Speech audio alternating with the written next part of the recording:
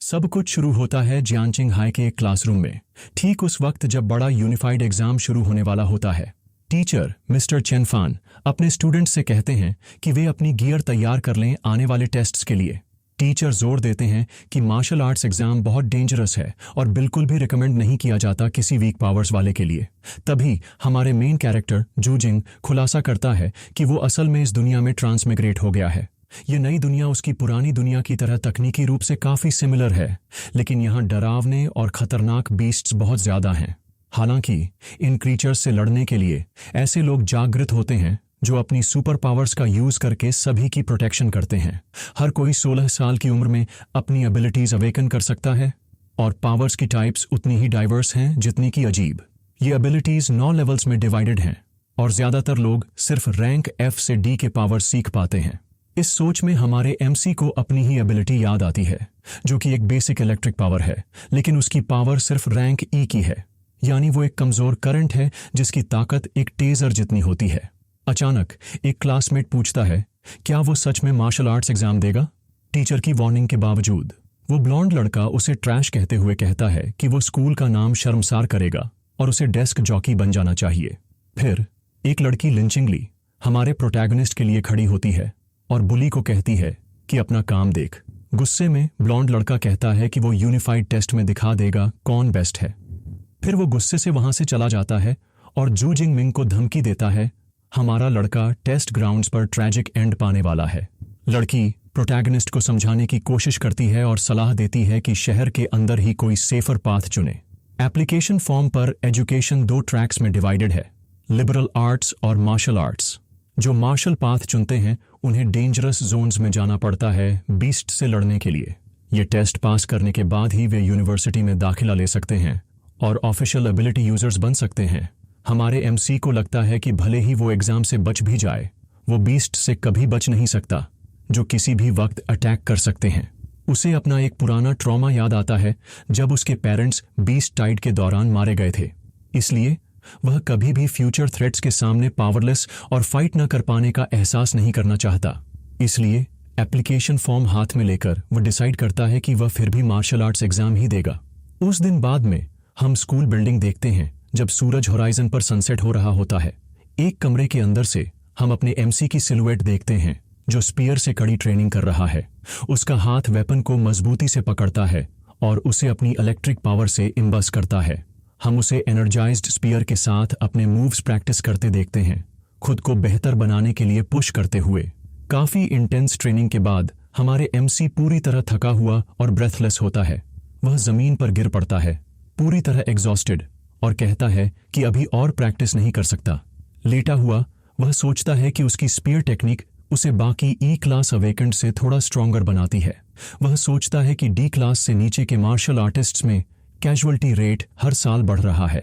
निर्णय लेकर वह युवक अपने फिस्ट को मजबूती से दबाता है और डिसाइड करता है कि वह पूरी ताकत लगा देगा ताकि अवेकेंड यूनिवर्सिटी में दाखिला मिल सके। तभी एक नीली स्क्रीन सामने आती है और तेज चमकने लगती है। अचानक एक सिस्टम मैसेज पॉपअप होता है जो बताता है कि सिस्टम एक्टिवेट हो रहा है और हमारा लड़का पूरी तरह शॉक्ड हो जाता है। स्क्रीन पूछती है क्या वह बिगिनर्स पैकेज लेना चाहता है और वह सोचता है कि क्या यही उसकी लंबे समय से चाही गई चीट है। क्यूरियोसिटी में वह पूछता है कि पैकेज में क्या है और पता चलता है कि उसमें एक S रैंक एबिलिटी और 200 पॉइंट्स हैं। रैंक पावर बहुत रेयर होती है और जो भी इसे अवेकन करता है वह नेशनल पावर हाउस बन जाता है। वो रिसोर्सेज की बारिश देखकर मौके को समझते हुए नर्वसनेस और एक्साइटमेंट के मिक्स से ठंडा पसीना आने लगता है। वह सोचता है कि भले ही वह एक सामान्य रैंक का नोबडी हो, फिर भी उसके पास अपनी तकदीर बदलने का मौका है। एक कॉन्फिडेंट स्माइल के साथ प्रोटैगनिस्ट बिना किसी सेकंड थॉट के सिस्टम का गिफ्ट एक्सेप्ट कर लेता है। सिस्टम कंफर्म करता है कि उसने 200 पॉइंट्स और नया थंडर गॉड एबिलिटी रिडीम कर लिया है। एक शक्तिशाली एनर्जी उसके शरीर में दौड़ने लगती है और वह दर्द से चिल्लाता है क्योंकि वह ट्रांसफॉर्म हो रहा होता है। पर्पल और व्हाइट इलेक्ट्रिसिटी उसके अंदर एक्सप्लोड होती है, एक प्योर एनर्जी का स्फीयर बनाते हुए। इतनी जबरदस्त पावर थी कि ट्रेनिंग रूम की खिड़कियां पूरी तरह टूट जाती हैं। बाहर लोग शॉक में देखते रहते हैं। एक बच्चा कहता है कि यह बड़े भाई का घर है और सब सोचते हैं कि आखिर क्या हुआ। एक वरीड आदमी फायर डिपार्टमेंट को कॉल करता है, सोचता है कि AU परिवार के बेटे के साथ कुछ हो गया है। इस बीच RMC ट्रांसफॉर्मेशन के 70% पहुंचते ही दर्द से चिल्लाता रहता है। बाहर आसमान अचानक डार्क हो जाता है और सड़क पर लोग सोचते हैं कि आखिर हो क्या रहा है। फिर आसमान में एक जायंट ड्रैगन बनता है जो बिजली से बना होता है, एक बिल्डिंग के ऊपर उड़ता हुआ जो सभी को डराता है। एक ऑफिस से एक आदमी उस प्रेशर को महसूस करता है और सोचता है कि कहीं कोई पावरफुल बीस्ट शहर में इन्वेजन तो नहीं कर रहा। गंभीर एक्सप्रेशन के साथ वह ऑफिशियल जियानिंग की 3rd लीजन को हाई अलर्ट पर आने का ऑर्डर देता है। वह एनर्जी क्रीचर आसमान में तैर रहा है जो पूरे शहर के लिए एक खतरनाक खतरा लग रहा है। हमारे एमसी ने आखिरी दर्द भरी आवाज निकाली जब ट्रांसफॉर्मेशन 100% पूरी होती है। सारी एनर्जी खत्म हो जाती है और पीछे केवल एक पूरी तरह तबाह हुआ कमरा बचता है, जिसकी वजह वही इमेंस पावर थी। फिर वह अपना फिस्ट कसता है, अपनी नई और अद्भुत ताकत को महसूस करता है जो अब पूरे शरीर में दौड़ रही है। यह उसकी एस रैंक पावर है, डिवाइन थंडर, जो उसकी पुरानी पावर से कहीं ज्यादा शक्तिशाली है।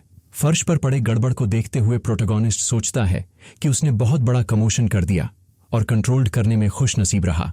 उसे याद आता है कि उसे 200 एबिलिटी पॉइंट्स भी मिले हैं और वह सोचता है कि ये किस काम के होंगे। इस सिंपल और सीधी चीट से उत्साहित होकर वह सिस्टम से कहता है कि उसका पैनल ओपन करे।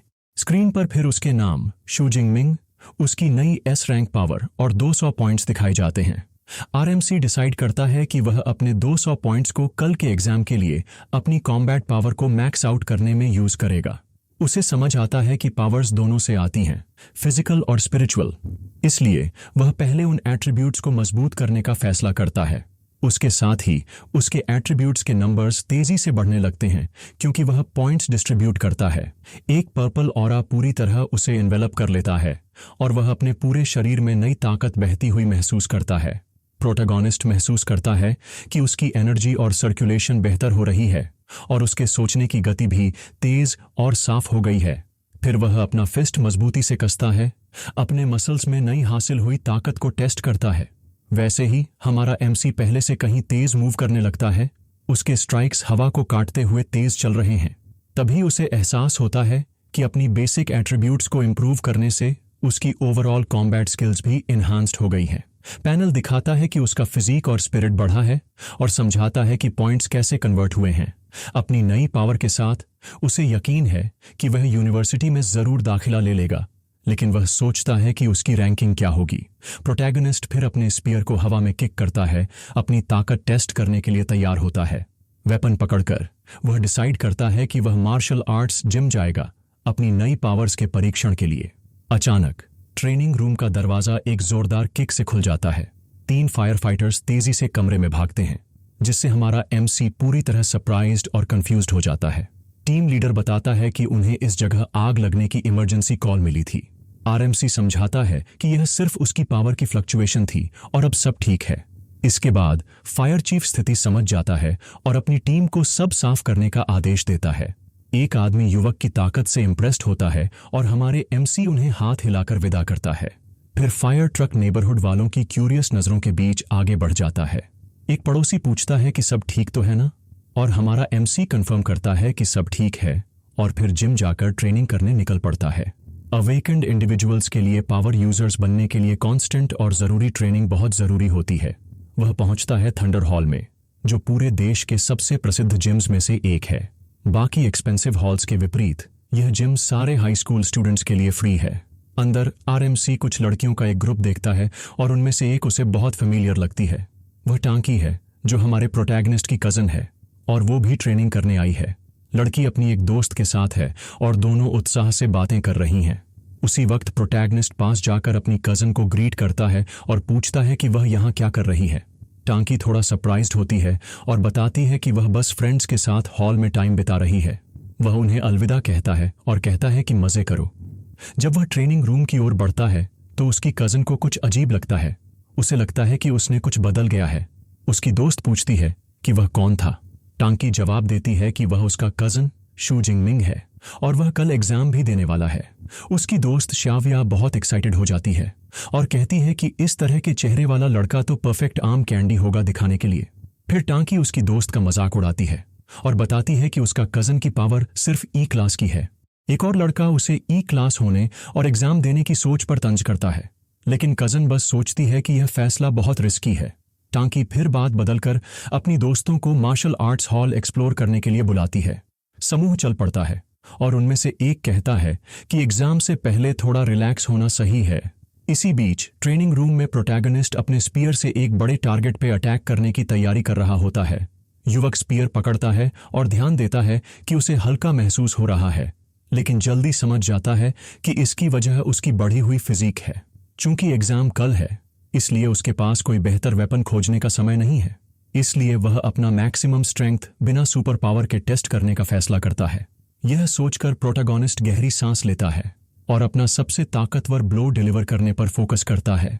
उसका हाथ वेपन को जबरदस्त ताकत से पकड़ता है, इमिनेंट अटैक के लिए तैयार होकर।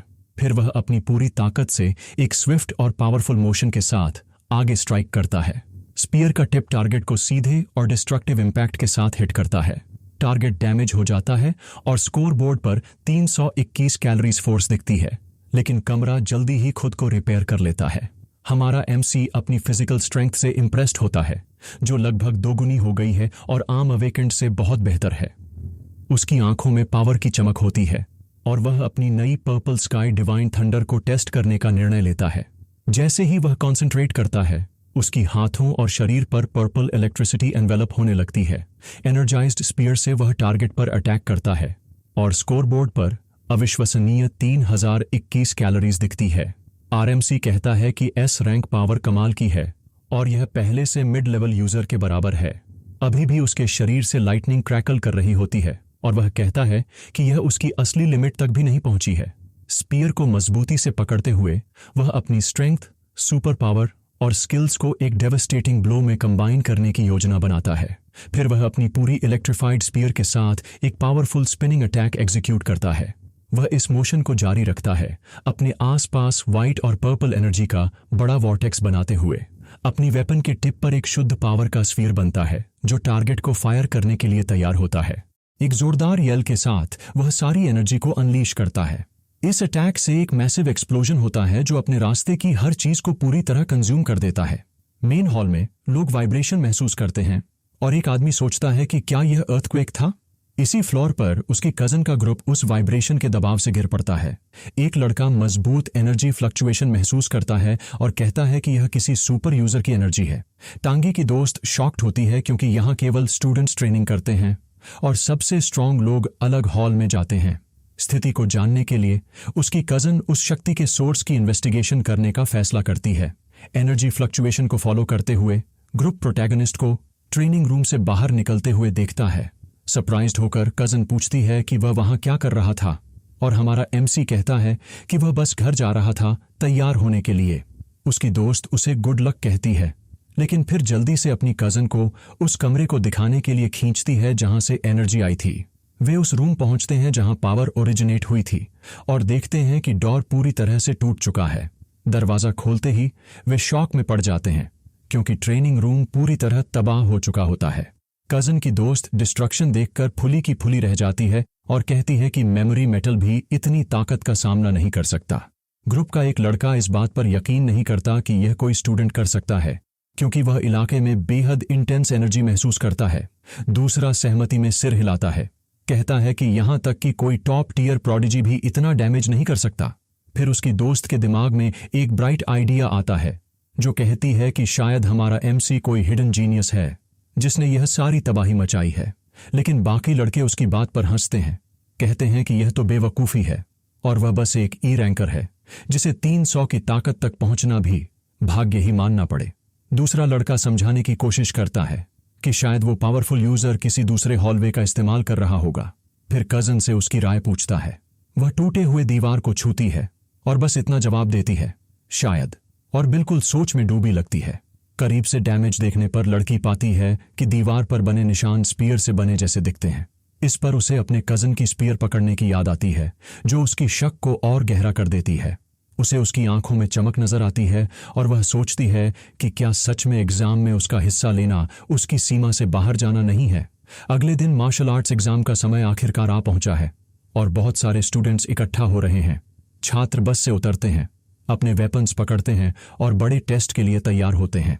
भीड़ के बीच हमारा मेन कैरेक्टर अपने कंधे पर स्पीयर लेकर बहुत कॉन्फिडेंट लुक के साथ आता है।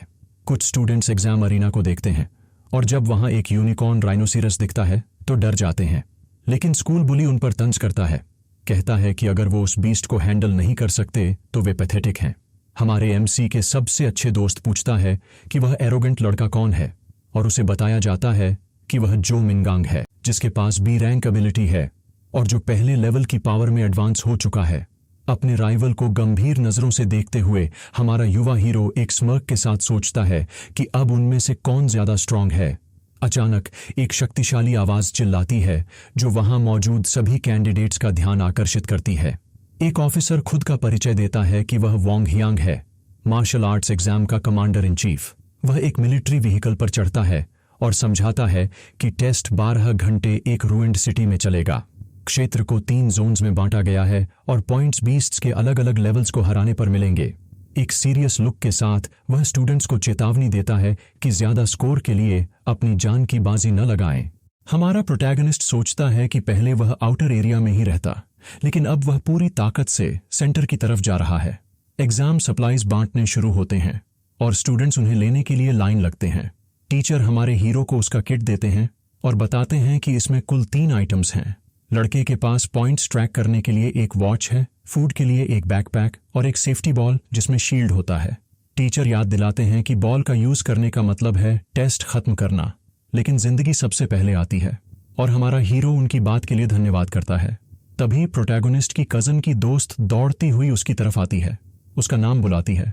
वह प्रोटैगनिस्ट को अपने टीम में शामिल होने का इन्विटेशन देती है, जिसमें क्लास प्रेसिडेंट भी है, और वादा करती है कि वे उसकी रक्षा करेंगे।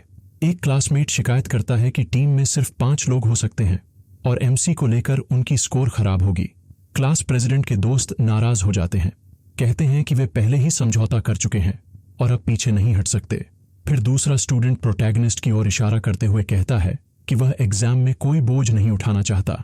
अपने सबसे अच्छे दोस्त को ऐसे गुस्सा होते देखकर प्रोटैगनिस्ट उसे रोकता है और उनका इनविटेशन मिलने के लिए धन्यवाद करता है। मुस्कुराते हुए वह ऑफर ठुकरा देता है, कहता है कि वह इस बार एग्जाम अरीना अकेले ही जाना चाहता है। लड़की और उसकी दोस्त हैरान होते हैं, लेकिन वह उसके फैसले को स्वीकार करती है और बस उससे सावधान रहने को कहती है। फिर समूह टीम में नया सदस्य खोजने के लिए चलता है और उसे पीछे छोड़ देता है। प्रोटैगनिस्ट एक हल्की मुस्कुराहट के साथ बहुत सेल्फ अश्योर्ड दिखता है। वह सोचता है कि उनकी मदद के बिना भी वह इस एग्जाम में किसी भी तरह शानदार स्कोर लाएगा। एक आवाज एग्जाम की शुरुआत की घोषणा करती है और ड्रोन्स एक्टिवेट होकर सब कुछ लाइव ब्रॉडकास्ट करने लगते हैं। इसके साथ सारे स्टूडेंट्स रूइंड सिटी में दौड़ लगाते हैं, टेस्ट पास करने के इरादे से। प्रोटैगनिस्ट की कजन और उसका ग्रुप भी अरीना में आगे बढ़ता है। एक और लड़की जिसका पर्पल हेयर है तेज गति से दूसरे कैंडिडेट्स के बीच दौड़ती दिखती है। जीनियस जो मिंगयांग अपने सोर्ड के साथ हवा में छलांग लगाता है, सबको अपनी पावर दिखाने के लिए तैयार। इसी बीच हमारा प्रोटैगनिस्ट भी दृढ़ कदम उठाता है, एक्शन में कूदने की तैयारी करता है। हमारा हीरो स्पीयर लेकर दौड़ता है, घोषणा करते हुए कि वह मार्शल आर्ट्स एग्जाम के लिए तैयार है। फिर वह अपनी रिस्ट वॉच को टैप करता है और एग्जाम सिस्टम एक्टिवेट करता है। एक स्क्रीन पॉपअप होती है जो उसके डिटेल्स कंफर्म करती है और दिखाती है कि उसकी रैंकिंग में उसका राइवल पहले स्थान पर है। मुस्कुराते हुए वह नोट करता है कि जीनियस पहले ही पॉइंट्स कमा चुका है और फैसला करता है कि अब उसे भी आगे बढ़ना चाहिए। इसलिए वह आउटर एरिया को छोड़कर सीधे शहर के सेंट्रल जोन की तरफ निकल पड़ता है। जल्द ही वह टेस्ट अरीना के रूप में बनी हुई अबैंडन्ड और तबाह इमारतों में प्रवेश करता है। स्पीयर हाथ में लेकर वह सावधानी से उस इलाके को एक्सप्लोर करता है, किसी भी खतरे की तलाश में। अचानक प्रोटैगनिस्ट जमीन पर एक छात्र को गंभीर रूप से घायल पाया। उसे देखकर वह हैरान होता है कि उस क्लासमेट ने अपनी सेफ्टी बॉल तक इस्तेमाल नहीं की अपनी जान बचाने के लिए। दूसरे लड़के की हालत देखकर वह सोचता है कि अगर उसके पास अपनी एस रैंक पावर नहीं होती तो शायद उसी की तरह उसका भी नाश हो जाता। पसीना उसकी माथे से टपकता है क्योंकि वह इस एग्जाम के खतरों पर सोचता है। बिना कोई पछतावा किए वह घुटने टेकता है और लॉजिस्टिक्स टीम को घायल छात्र को बचाने के लिए कॉल करता है। तभी हमारा युवा हीरो हाई अलर्ट पर आ जाता है, तेजी से आ रही एक मौजूदगी को महसूस करते हुए। छायाओं में से एक पंजा तेज नाखूनों वाला अचानक दिखता है और जोर से जमीन पर पड़ता है। एक शैडो बीस्ट आगे बढ़ता है और प्रोटैगनिस्ट समझ जाता है कि वे सर्वाइवर को फंसाने के लिए एक चारा बना रहे हैं। उसे एहसास होता है कि वह ट्रॉबीज में एक जाल में फंस गया है। शैडो बीस्ट लाल आंखों से उसे घूरता है। वह स्पीयर पकड़ता है और लड़ाई की स्टांस लेता है। जबकि मॉन्स्टर बढ़ता है, अटैक के लिए तैयार होकर। क्रीचर जबरदस्त गति से उस पर चार्ज करता है, लेकिन हमारा युवा हीरो एक तेज और चप्पल मूव से ब्लो से बच निकलता है और बीस्ट के अटैक को इवेड करता है। वह सुरक्षित उतरता है और देखता है कि क्रीचर पूरा मिस करता है और जमीन पर गिर पड़ता है। उस मॉन्स्टर को ग्रूई किलर कहते हैं, उसके तेज नाखून और जबरदस्त काटने के लिए। बीस्ट गुस्से भरकर दहाड़ता है, अपने दांत दिखाते हुए हमारे हीरो को करीब से घूरता है। वह सोचता है कि ये बीस्ट्स एक इंटिमिडेटिंग ऑरा रखते हैं जो रूकीज को डिफेंसलेस और पंगु बना देता है। इसीलिए वेल्थी फैमिलीज अपने बच्चों को बचपन से ही इन क्रीचर्स के खिलाफ गार्ड्स के साथ ट्रेन कराते हैं। प्रोटैगोनिस्ट सोचता है कि उसे कभी यह प्रिविलेज नहीं मिला और यह उसकी पहली असली लड़ाई है किसी बीस्ट के साथ। मॉन्स्टर उस पर कूद पड़ता है, उसके नाखून और दांत उसे हमेशा के लिए खत्म करने को तैयार, लेकिन हमारा युवा हीरो हिम्मत नहीं हारता और स्पीयर को मजबूती से पकड़ता है। जैसे ही वेपन से पर्पल लाइटनिंग क्रैकल होने लगता है, एक तेज स्ट्राइक से वह बीस्ट को हेड ऑन हिट करता है। अपनी स्पीयर को पूरी इलेक्ट्रिसिटी से चार्ज कर अटैक करता है। एक कॉन्फिडेंट नजर के साथ वह महसूस करता है कि क्रीचर का इंटिमिडेटिंग ऑरा उस पर कोई असर नहीं कर पाया।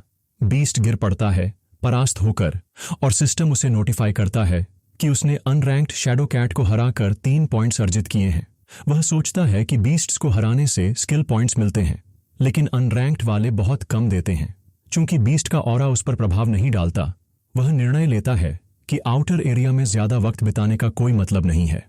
प्रोटैगनिस्ट शहर में आगे बढ़ता है, अलग अलग क्रीचर्स को हराता है और पॉइंट्स जोड़ता जाता है। हम उसे एक तीव्र लड़ाई के बीच देखते हैं जहां वह एक साथ कई मॉन्स्टर्स से लड़ रहा होता है। वह सोचता है कि उसने पॉइंट्स तो कमाए हैं, लेकिन उसे अभी असली कॉम्बैट एक्सपीरियंस की कमी है। उसकी नई डिवाइन पावर बहुत एनर्जी ड्रेन करती है और 1 घंटे से भी कम समय तक चलती है, जबकि उसकी पुरानी एबिलिटी उससे बेहतर थी। चूंकि एग्जाम 12 घंटे लंबा है, उसने फैसला किया है कि वह केवल अपनी स्पीयर का इस्तेमाल करेगा ताकि कॉम्बैट एक्सपीरियंस हासिल कर सके। लेकिन अचानक एक विशाल राइनोसेरोस लाल आंखों के साथ उसके रास्ते में आ जाता है। क्रीचर गुस्से में चार्ज करता है, अपने पावरफुल हॉर्न से एक कार को हवा में उछाल देता है। हमारा हीरो पीछे नहीं हटता और उस विशाल मॉन्स्टर के अटैक का सामना करता है। जबरदस्त छलांग लगाकर वह बीस्ट के ऊपर से कूद जाता है, अटैक से बचते हुए। अभी भी हवा में प्रोटैगनिस्ट स्पीयर तैयार करता है राइनोसेरस पर निर्णायक वार करने के लिए। फिर वह अपनी वेपन से मॉन्स्टर के सिर पर एक शक्तिशाली ब्लो देता है। विशाल क्रीचर जमीन पर गिर पड़ता है, पूरी तरह से पराजित होकर। वह महसूस करता है कि क्रीचर्स को हराने की उसकी गति बढ़ गई है और सोचता है कि क्या उसकी टेक्निक में सुधार हुआ है। वह सिस्टम पैनल चेक करता है और पाता है कि उसकी स्पीयर टेक्निक इंटरमीडिएट स्टेज तक लेवल अप हो चुकी है। फिर वह सोचता है कि अगर इंटरमीडिएट लेवल इतना ही स्ट्रांग है, तो अगर वह इसे और सुधारता है तो क्या होगा, इसकी कल्पना भी नहीं कर सकता। उसके दिमाग में नई एडवांस्ड स्पीयर टेक्निक्स की एक लहर बहने लगती है। वह उस सारी नई जानकारी की मात्रा देखकर दंग रह जाता है जो उसे एक साथ मिल रही है। एक कॉन्फिडेंट मुस्कुराहट के साथ वह इंतजार नहीं कर पाता कि कब वह अपनी नई स्किल्स को फर्स्ट रैंक्ड बीस्ट पर टेस्ट करे। इसी समय क्लास प्रेसिडेंट का ग्रुप पास से गुजर रहा होता है और वह कुछ अजीब देखती है।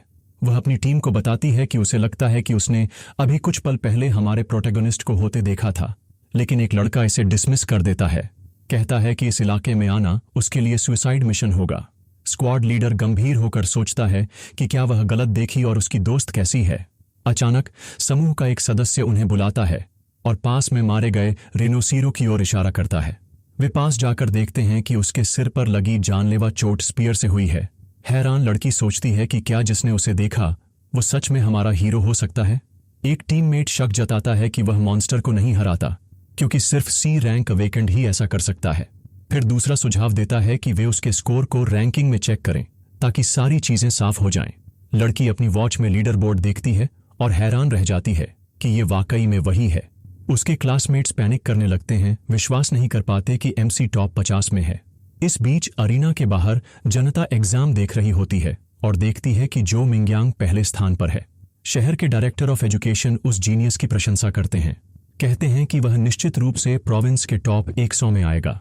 फिर वह पहले और तीसरे स्थान वाली स्कूल के प्रिंसिपल्स को उनके अच्छे प्रदर्शन के लिए बधाई देता है, लेकिन डायरेक्टर दूसरे स्कूल की आलोचना करता है क्योंकि उसका शीर्ष छात्र केवल 18वें स्थान पर है। दूसरे स्कूल का प्रिंसिपल नाराज होकर शिकायत करता है कि उसके केवल 8 छात्र टॉप 50 में हैं। तभी डायरेक्टर रुक जाता है और पूछता है कि शू जिंग मिंग कौन है, क्योंकि उसने ये नाम कभी नहीं सुना। एक शिक्षक नाम सुनकर चौंक जाता है और जोर से चिल्लाता है कि वो बच्चा टॉप 50 में है। ठंडा पसीना आते हुए वह सोचता है कि क्या युवक ने अपनी असली ताकत दिखाई है, लेकिन शक करता है कि एक ई रैंक एस रैंक बन सकता है। वह शिकायत करता है कि वह एमसी को नहीं देख सकता, क्योंकि एग्जाम के दौरान केवल टॉप 10 के लिए डेडिकेटेड कैमरास होते हैं। वापस अरीना में प्रोटैगनिस्ट अब सेंट्रल एरिया में है, जो एक हाई रिस्क जोन है। वह तबाह हुए रास्तों से गुजरता है और जमीन पर पड़े कांच की बोतल पर पैर रख देता है। एक स्नैक बार खाते हुए वह सोचता है कि रैंक्ड बीस्ट्स बाकी से ज्यादा होशियार और अपनी टेरिटरी के प्रति जागरूक होते हैं। अचानक उसकी आंखें सिकुड़ जाती हैं, क्योंकि वह तेजी से कुछ आ रहा महसूस करता है। एक विशाल टाइगर नीली आंखों के साथ दिखाई देता है, कारों को तोड़ते हुए सीधे उसकी तरफ बढ़ रहा है। यह एक फर्क बीस्ट है जो अपने रास्ते की हर चीज को तबाह कर देता है। हमारा हीरो सोचता है कि वह लकी है कि सेंट्रल एरिया में आते ही इतने मजबूत बीस्ट से मिला। फिर वह स्पीयर लेकर आगे बढ़ता है, अपने नए कॉम्बैट टेक्निक को क्रीचर पर टेस्ट करने के लिए उत्साहित। टाइगर एक गर्जन के साथ आगे बढ़ता है, तैयार है हमारे युवा हीरो को फाड़ने के लिए, लेकिन प्रोटैगनिस्ट जरा भी डगमगाता नहीं। लड़ाई के लिए तैयार होकर स्पीयर मजबूती से पकड़ता है। वह स्किलफुली वेपन घुमाता है, अपनी नई इंप्रूव्ड फाइटिंग टेक्निक दिखाता हुआ। फिर वह मॉन्स्टर के पॉ स्ट्राइक को एक तेज और सटीक मूव से ब्लॉक करता है। क्रीचर का पॉ इम्पैक्ट से दहला, जो एमसी की अप्रत्याशित ताकत को दिखाता है। वह स्मर्क करता है और पूछता है कि क्या यही फर्स्ट ऑर्डर टाइगर की सारी ताकत है। एमसी फिर आक्रमण करता है, कहता है कि वह इस बीस्ट को हमेशा के लिए दूर भेजने वाला है। वह स्पीयर का इस्तेमाल करता है और मॉन्स्टर के शरीर में सीधे वार करता है। क्रीचर दर्द से गर्जना करता है, हमारे हीरो के फेटल ब्लो को महसूस करते हुए। फिर भी प्रोटैगनिस्ट अपनी कॉम्बैट स्टांस बनाए रखता है और घायल दुश्मन को देखता है। उसकी नीली आंखें दृढ़ता और शक्ति से चमकती हैं जब वह बीस्ट का सामना करता है। टाइगर की आंख भी तेज चमकती है, आखिरी डेस्परेट अटैक के लिए तैयार। अचानक मॉन्स्टर विशालकाय हो जाता है, एक शक्तिशाली ऑरा छोड़ता है और जोरदार गर्जना करता है। हालांकि युवा लड़का विचलित नहीं होता और क्रीचर के खिलाफ तेज कटाक्षों की एक श्रृंखला देता है।